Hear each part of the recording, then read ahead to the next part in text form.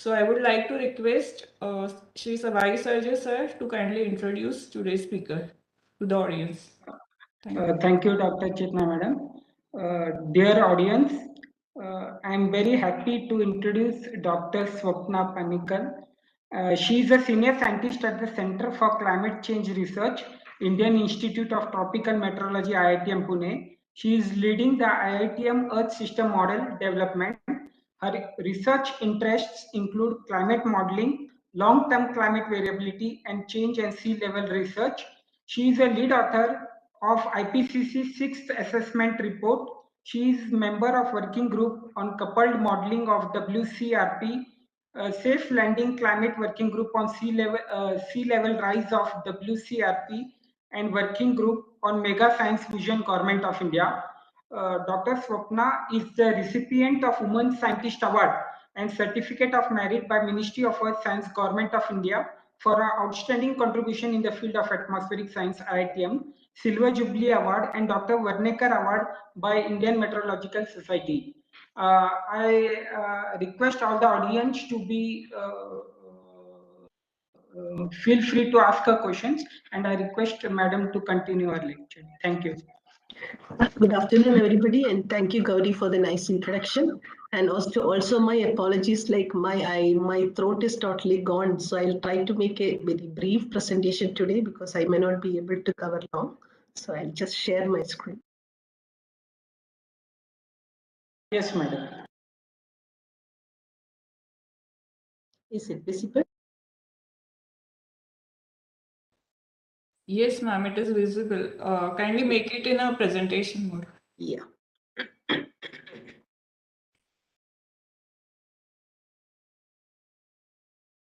Is this fine?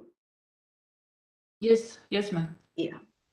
So the topic what I am going to cover is the basics of science of climate change. And we have already seen from the previous talk from Dr. Ramesh, like most of the basics of climate change has been covered. So I may not be going into much of the details of those which were covered in the previous talk. So basically, I will just touch upon some of the basics of climate change, and I will try to add more like how the oceans are important for the climate, and some results like what are the IPCC report. Dr. Ramesh has already discussed about this. So what is its relevance for India? So basically, I'll try because global energy balance, it is already widely discussed by Dr. Ramesh. We know like the ultimate source of energy is the solar radiation, and 30% is also reflected back. Some of them is absorbed by the Earth's surface, and the rest is reflected back.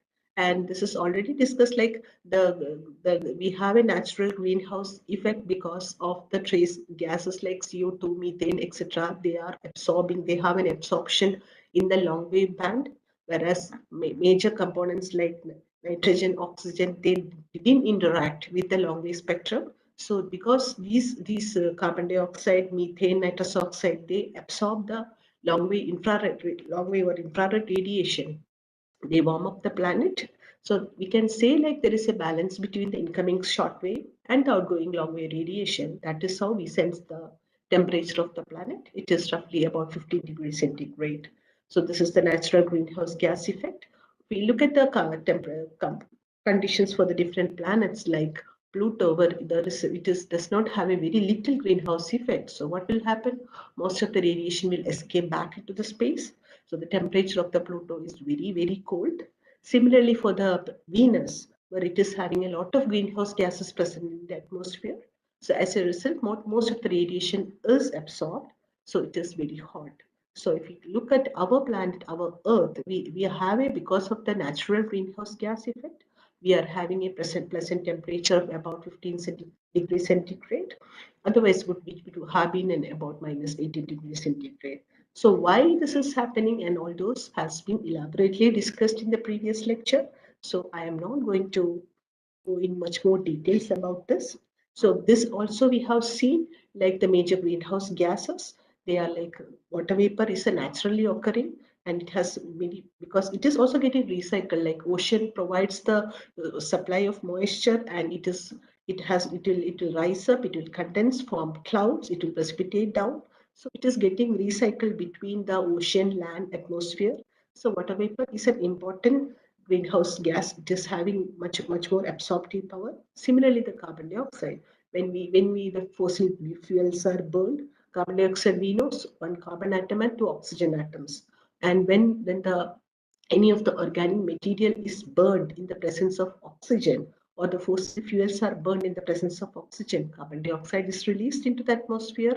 Similarly, the methane has both natural as well as the human-made sources like marshlands, wetlands, etc. produces methane, and the mining operations, combustion, fossil fuel, these all produces the natural causes of methane. Similarly, nitrous oxide, ozone, these are the major greenhouse gases present in the Earth's atmosphere, and they selectively absorb the infrared radiation emitted from the Earth's surface, and they warm the Earth's surface.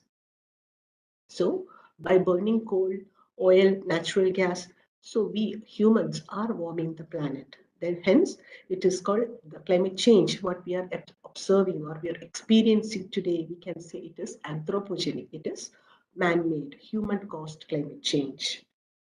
So let us see like all these details has been covered. So let us see like different components. Atmosphere is having one of the important component. Ocean is another important component of the climate system. But ocean is also having a vital role in controlling the climate. So let us see some of the details about this. Why the ocean is so important. We know more than 71% of the Earth's surface is covered by the oceans. And because it is continuously absorbing the solar radiation, exchanging the heat to the atmosphere, provides moisture, and also exchange of the carbon. Because of that, it is continuously interacting with the atmosphere and other components, and it is controlling the weather. And the radiation from the sun is given back to the atmosphere that drives the atmospheric circulations, and also the aerosols, they are ejected back into the atmosphere. They help to form the clouds and precipitate back. And also like carbon dioxide, we can see ocean, it is the major sink of the CO2. So once it is absorbed by the oceans, it can stay there for the years or millions of years. So it is having a very big impact on the climate change. And once again, we compare like ocean with the other components. Ocean is having a very huge heat capacity because it is having a very low albedo. Most of the heat that is falling on it, very less is reflected back. Most of the heat is absorbed by the oceans. Ocean is having a very huge heat capacity. Because of that, if we compare with the different components of the Earth system, more than 90% of the heat is taken by the oceans. And this is transported by this heat that is getting accumulated in the oceans is transported by the ocean currents. And it is the source of water vapor. It's also a greenhouse effect is there. It is also important for precipitation. So this is the zonal or latitudinal variation of the long wave and short wave curves. We can see like the tropics, we receive more solar radiation. Solar influx is excess at the tropics as compared to the higher latitudes. But if you see for the long wave radiation, generally the curve is more flat because the Earth's surface emits at sigma T power 4. So based on the effective temperature of the Earth's surface. So basically there is not much variations. So when we see like between the incoming short wave and outgoing long wave, if we see the zonal variation, we see like at the tropics, we receive much excess heat. There is a surplus of heat into the climate system at the tropics. And at higher latitudes, there is a deficit. So this has to be compensated. How this is to be compensated? This heat from the tropics has to be transported to polewards, either through the atmospheric circulation or through the ocean currents. So again, coming to the role of oceans, and this is the net heat flux at the surface of the ocean. And all the positive shows there is a net heat gain, and the negative shows there is a net heat loss. So we can clearly see like the equatorial and tropical regions, ocean is receiving more heat. There is a net heat gain into the oceans.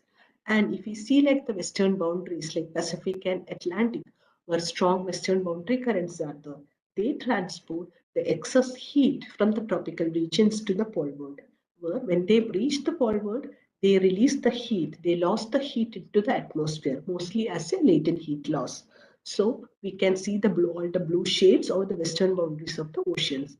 And again, along the eastern boundaries of the basins, we can see like there's a net heat input into the oceans. This is because if you look at the large scale ocean circulation, except for the Indian Ocean, we can see like it is driven by the wind driven anticyclonic gyre. So because of that, we have a strong western boundary currents that transport excess heat from the equatorial regions to the polar regions and the vice versa along the eastern boundaries.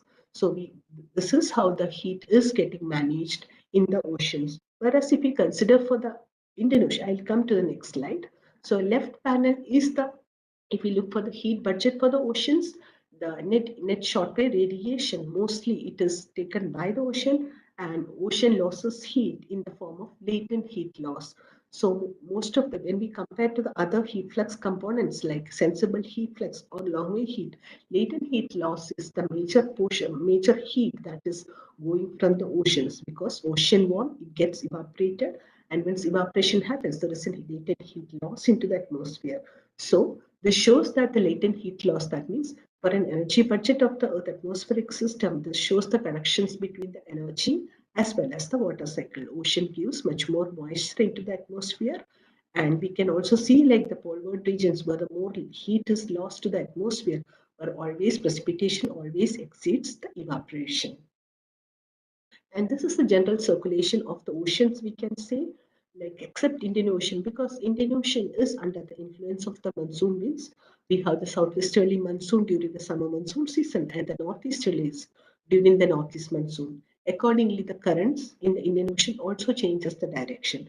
But we look for the Atlantic or Pacific. We can see in the Atlantic there is a Gulf Stream that transport the warm waters to the northward, and in the Pacific, we have the Kuroshio. See, these are the western boundary currents that transport heat in the equatorial regions to the poleward. So this is just a simple schematic diagram, like equator receives much more heat. So this heat is transported to polewards. As it is reaching the poles, it is becoming colder. Heat is lost to the atmosphere. Once the heat is lost to the atmosphere, the water becomes dense. So dense water sink and it flows below the subsurface. Subsurface flows towards the equator. And that is what is the ocean conveyor belt. We can say this is the large scale circulation in the ocean that transport, because more than 90% of the heat in the climate system is absorbed by the oceans. And this heat is transported through the global ocean from Atlantic, Indian Ocean, Pacific to Southern Ocean. It is happening through the ocean conveyor belt. And one more thing we can say is that it is the Atlantic Ocean where we get maximum northward extent of the conveyor belt, wherein it is maximum reaching the northward region. So as it is moving much more north, the waters, the equatorial waters, they are becoming much more colder, and they sink, or the sinking water then flows southward in the subsurface branch. So this branch is known as the AMOC, or the Atlantic Meridional Overturning Circulation. That is also one of the very important component of the global climate system, and it is known to exist and influence the many of the regions, including the precipitation of global precipitations. This is just an example like the AMOC and its association with the monsoon. So the left panel is the shaded ones are the AMOCs. So there are decades, there are years or thousands of years over a period of time when there is stronger northward heat transport occurs in the oceans. So as a result, AMOC is also stronger. When the AMOC is stronger, that means that northern hemisphere is getting more heat than the southern hemisphere. Accordingly, ITCC also shifts northward. As the ITCC shifts northward, Indian summer monsoon rainfall also is shown to enhance during that times. So there is a clear association between the oceanic heat transport and the global circulation, and also global precipitation, and also the ISM. So we have seen like major component of the heat in the climate system is taken by the oceans. It is more than 90% of the heat is taken by the oceans.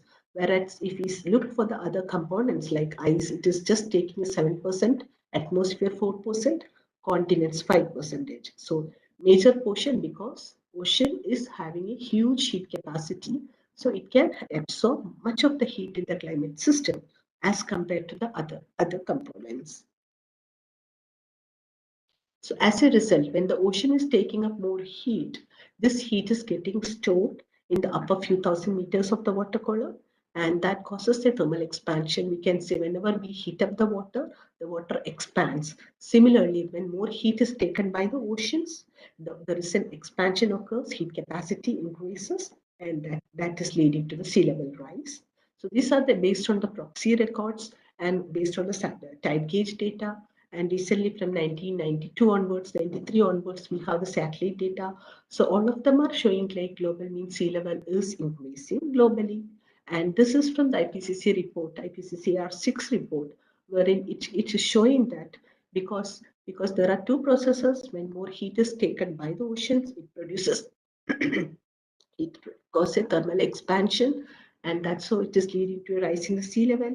And also like glaciers are going to melt because there are more heating, more warming is occurring on the glacial regions, so they melt, so they add more water, more mass is added to the oceans, so that also produces a rise in the sea level. So as a result of that, we can say like global mean sea level is going to increase, and it is an irreversible process because the heat is taken by the oceans. So whatever may be the scenarios, like Dr. Vellore has already discussed about different scenarios, which is starting from SSP 119 to SSP 585, the very high end scenario.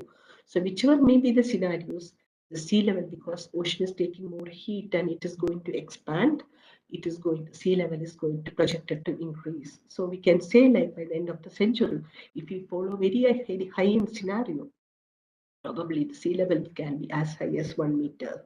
This is for the global mean sea level. And this is like for our coastlines along our west coast and east coast of India. And we have the altimetry satellite data, which is available since 1993. And this is the trend in the sea level, which is shown for the different tide gauge locations. And we can see like all our coastlines are showing a rise in the sea level, especially like Mumbai or Cochin. All these stations show more than 3.5 millimeter per year. So that is the rise in the sea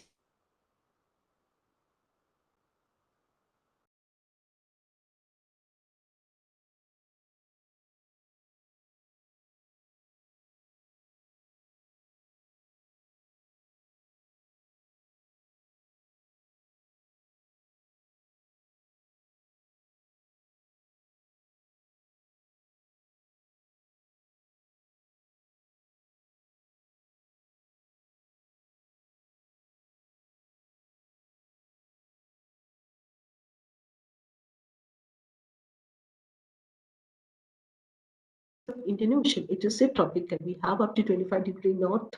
There it is a landmass, so the heat cannot be transported further northwards. And also, like we have seen Atlantic.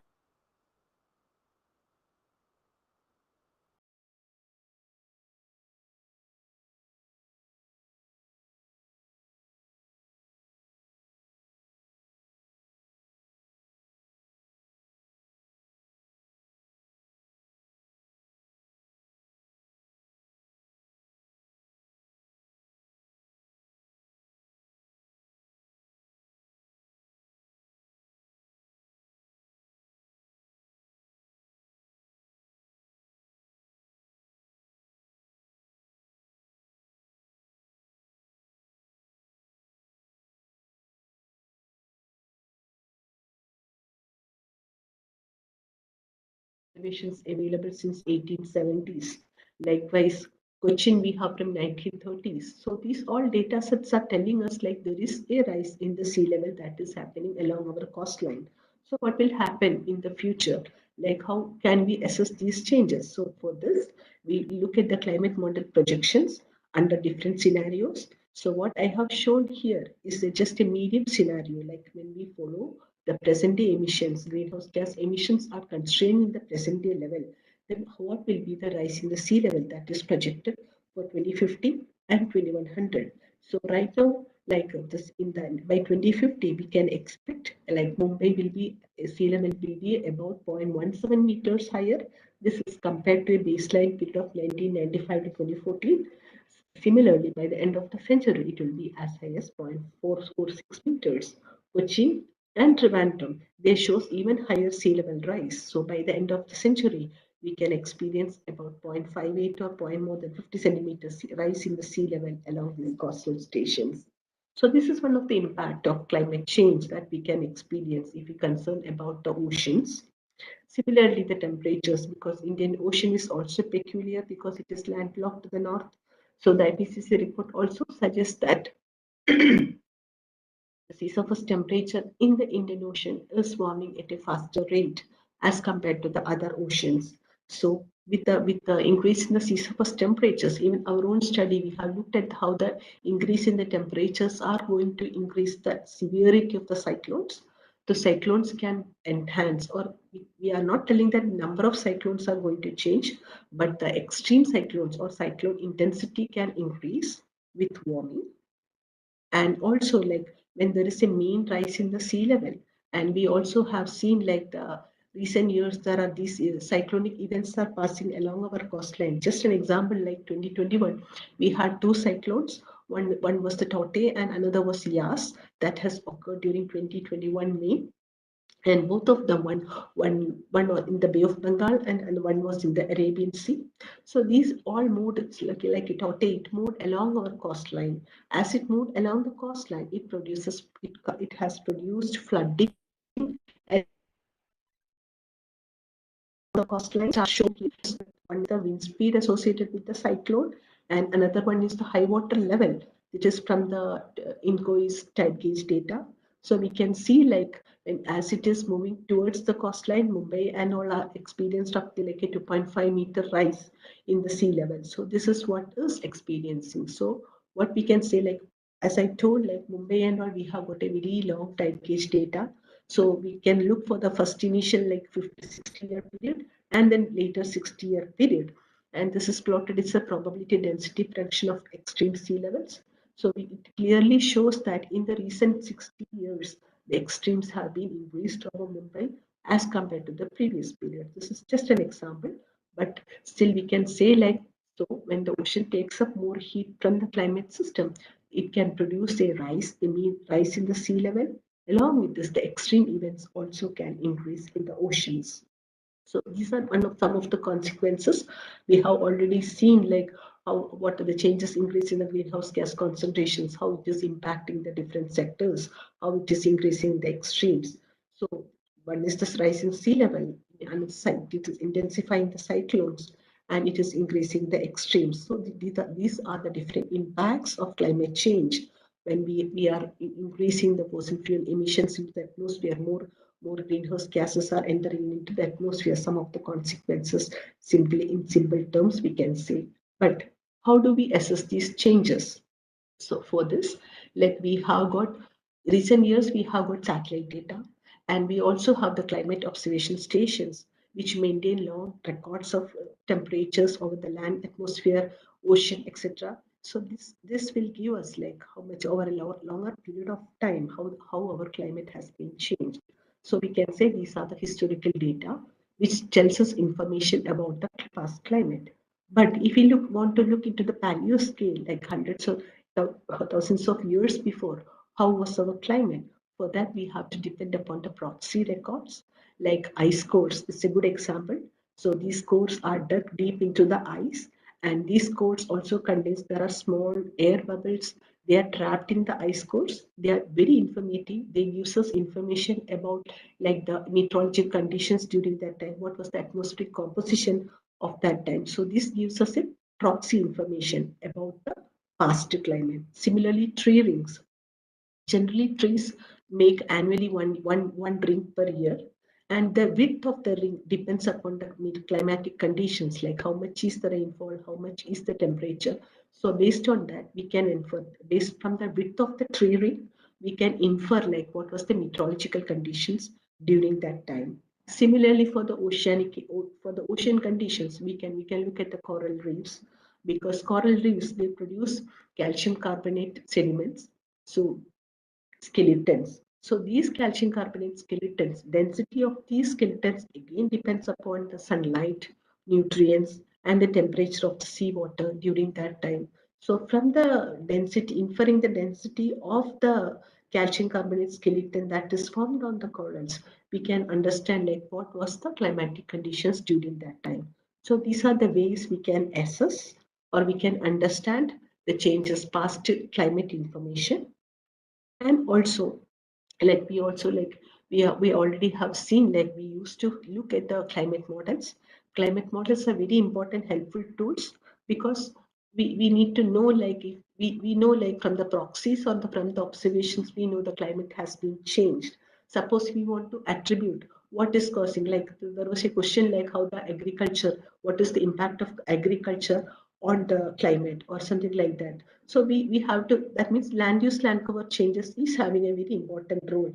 Once there were forests, they cut down into cropland, so that will change the albedo, and accordingly it will change the temperature and other precipitation over that region. So these, when we wanted to attribute or detect the changes, climate models are very useful. We can run the climate models with a single forcing, like only with the land use land cover changes, or only increase the carbon dioxide concentration. So we can see like with the pre-industrial time, like 1850, the CO2 concentration was something like 280 ppm, and presently it is like 420 ppm. So 280 ppm to 420 ppm, when we increase only the carbon dioxide concentrations, so what is its impact on the climate system? So something like more on a quantification and also the detecting the changes in the climate system. Climate models are very important tools.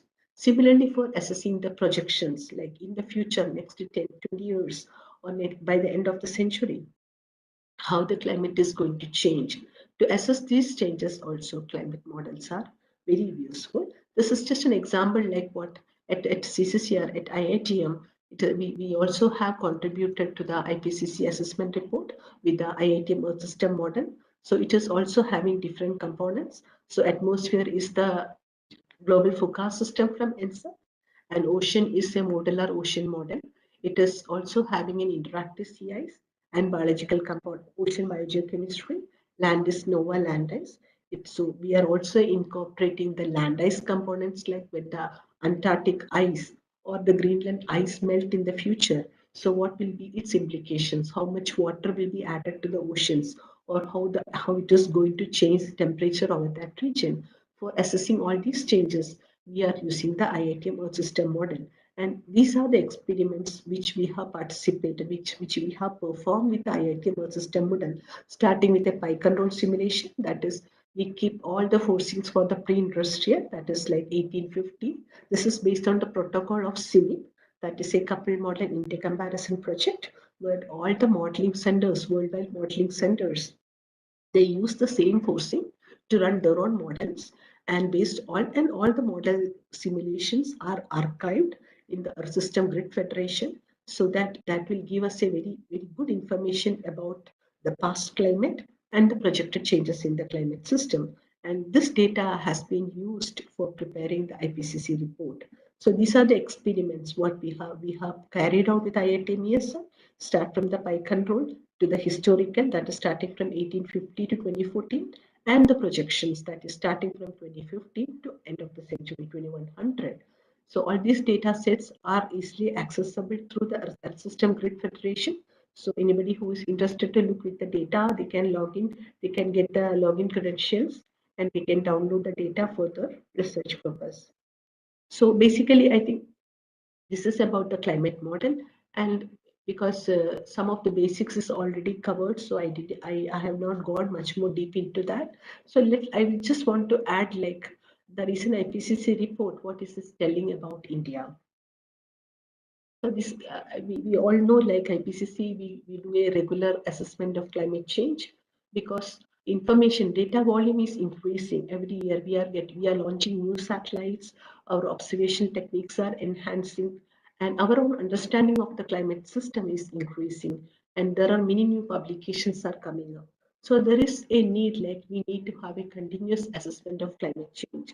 For that purpose, IPCC brings up in like every 5 years, roughly like 5 years, brings up the climate change assessment reports. And this uses all the relevant information, what is available from the observations, what is given by the models, as well as what is used from the publications. Based on this, the IPCC report is produced, And this report also provides advice for the governments. There are about 195 government bodies. They are members to the IPCC. So they also provide the climate relevant information for framing the climate policies. So last IPCC 1 report was published in 2021. This is the Working Group 1 report, which deals with the physical science basis. It basically depends upon how the climate has changed, what is causing it, and what we can uh, expect in the future. Similarly, there is Working Group 2 and Working Group 3 report that was also published recently. The Working Group 2 report mainly deals with the impacts, adaptation, vulnerability, and Working Group 3 report mostly talks about the mitigation to climate change. So, like one of the powerful statements from the IPCC report is that climate change is affecting every region on Earth in multiple ways. The changes we experience will increase with further warming. As we have already seen from Dr. Ramesh talk that global temperatures has been increased more than about 1.1 degrees centigrade with respect to 1850 period. So from 1.1 degree to if we go to 1.5 degree, because if we go with the whatever maybe the scenarios what we are following, we will be reaching a 1.5 degree warming in another 20 years. So at 1.5 degrees centigrade, the IPCC report shows that we will be having more heat waves and there will be longer warm seasons or colder short seasons.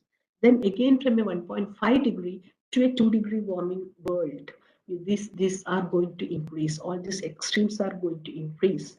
And the IPCC report tells that the heat waves and everything will be beyond the tolerance level for both human and agriculture. So we have already seen CO2 concentrations has been increased. They are the highest in the last 2 million years, and they are leading to many changes in the climate system, like rise in the sea level, melting of the ice, Arctic ice is depleting. So most of these changes, we can say they are irreversible. Once they have happened, it will continue. We cannot stop them. But and they are not only affecting the humans, it is also affecting the marine systems, ecological systems. So there is a continued process that is happening, and this is already shown by Ramesh. Like we have, because with the climate model we are now able to assess like how much is that observed warming is contributed by the changes in the climate system or man-made causes, how much is that coming from the natural variability. So the natural variability like Earth's orbital parameters or our solar forcing changes, these are not able to explain the observed increase in the temperatures. So it is only the human causes, man-made causes that is producing the observed changes in the climate system. And whatever may be the future scenarios we follow, we will be reaching a 1.5 degrees centigrade warming in the next 20 years. And it ranges between the like 1.5 degree to at the most 5 degrees if we are following a very high-end scenario by the end of the century. So let us have a spatial look of the temperatures. Like right now we are having about 1.1 degree warming, and we can also clearly see that land is warmer because land is having a lower heat capacity compared to the oceans. So land gets warmer much faster than the oceans. So we can say like we also experienced about a 1 degree warming recently, and by like next 20 years global temperature will be reaching 1.5 degree, and India also we can expect like roughly close to 1.5 degree warming in the next 20 years. And if we move towards the higher warming levels, we can see more higher latitudes gets much more warming. It's because of the feedback that already has been discussed, like ice albedo feedbacks. Ice reflects more, and when more solar ice is getting more warming, ice is getting cleared. So again, it absorbs more radiation. So because of the ice albedo feedbacks, we can expect higher warming in the higher latitudes. But still, we can even see like India and all like we can experience roughly like 3.5 to 4 degree warming by the end of the century. And this is about the heat waves. So heat extremes. So the globe is divided into different subregions, and SAS is the South Asian region, and we can also notice different dots like 1 dot, 2 dot, 3 dot, something like that. So 3 dot represents there is a very significant or significant increase. Significance in terms like everything has to agree. Like if you look at the observations or different studies, everything has to converge or everything has to agree, then we can say it is a significant change. So we can see for the SAS region, we can see three dots. That means that the heat extremes have been increased over the South Asian region, and all the observation, whatever studies have been published or whatever data is available, it all agrees that the heat extremes has been increased over Indian South Asian region, and it is projected to increase further. This is we have already seen, like every 1 degree warming, we can expect a 7% increase in the moisture. So generally, the global monsoon regions precipitation is projected to increase. But along with the precipitation increase, like the ENSOs are going to be, El Ninos are going to be stronger, IOTs are going to be stronger. So we can also expect interannual variability. So we experience like last 50, 60 years, Indian summer monsoon rainfall has been declining mostly due to the aerosol forcings. But in the coming decades, we can expect like more intensified rainfall over our region, summer monsoon and annual rainfall. However, it will have a lot of interannual variability. And the climate extremes, heavy extreme precipitation events have been increasing. We have started experiencing more heavy extreme rainfall precipitation events. Many cases have been seen. So IPCC report shows that a very rare event like a once in 10-year event or a once in 50-year event that will respectively become double or triple by a 4-degree warming by the end of the century. So our Indian region, mean temperature already have increased. Heat extremes have been increased, and it is projected to increase more. In our high mountain regions, snow cover has started declining. Glaciers are retreating and losing mass. So more regional assessment, because IPCC report, one of the other important aspect is it is giving much more regional assessment of climate change. So the globe is divided into different sub-regions, and it gives much more detailed information of this. You can go to this, sorry, you can go to the link wherein you will be able to look. This is from the atlas, how different regions of the globe are getting affected in the coming years or in the coming decades. That's all. So just one point from the IPCC report I would like to emphasize. To limit global warming, we need strong, rapid, and sustained reduction in the greenhouse gas concentrations. So this is going to help us not only to reduce the consequence of climate change, but also it will improve the air quality and our health. Thank you. Thank you, madam, for nice lecture. Audience, any questions, doubts they may ask, madam?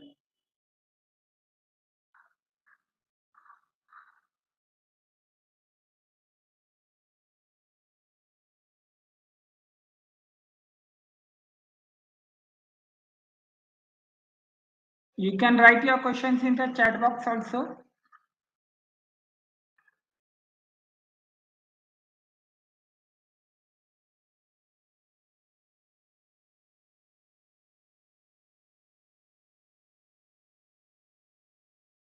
I can share the PPT so that. Yes, sir. Yes, madam. We will circulate it to the participants. Yeah. PDF you can share.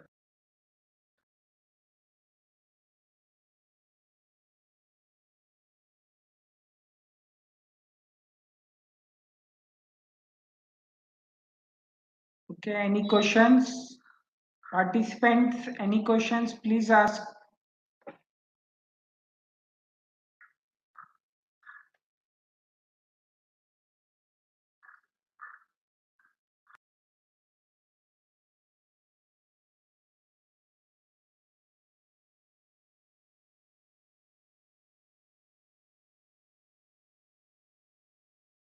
It's fine. They can contact me through email also if they have any doubts to clarify.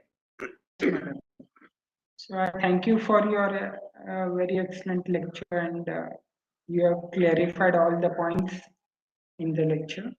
And I urge all the participants to, if they have any question in the back of mind, not now, but afterwards, they can contact madam on our email address, or through us also you can contact. We will be very happy to share the questions to her for answering your doubts. And the presentation will be shared to the participants, so on their email IDs. Thank you. Thank you, madam. Thank you. Thank you, everybody. Lecture for the participants, it will be on 8th August.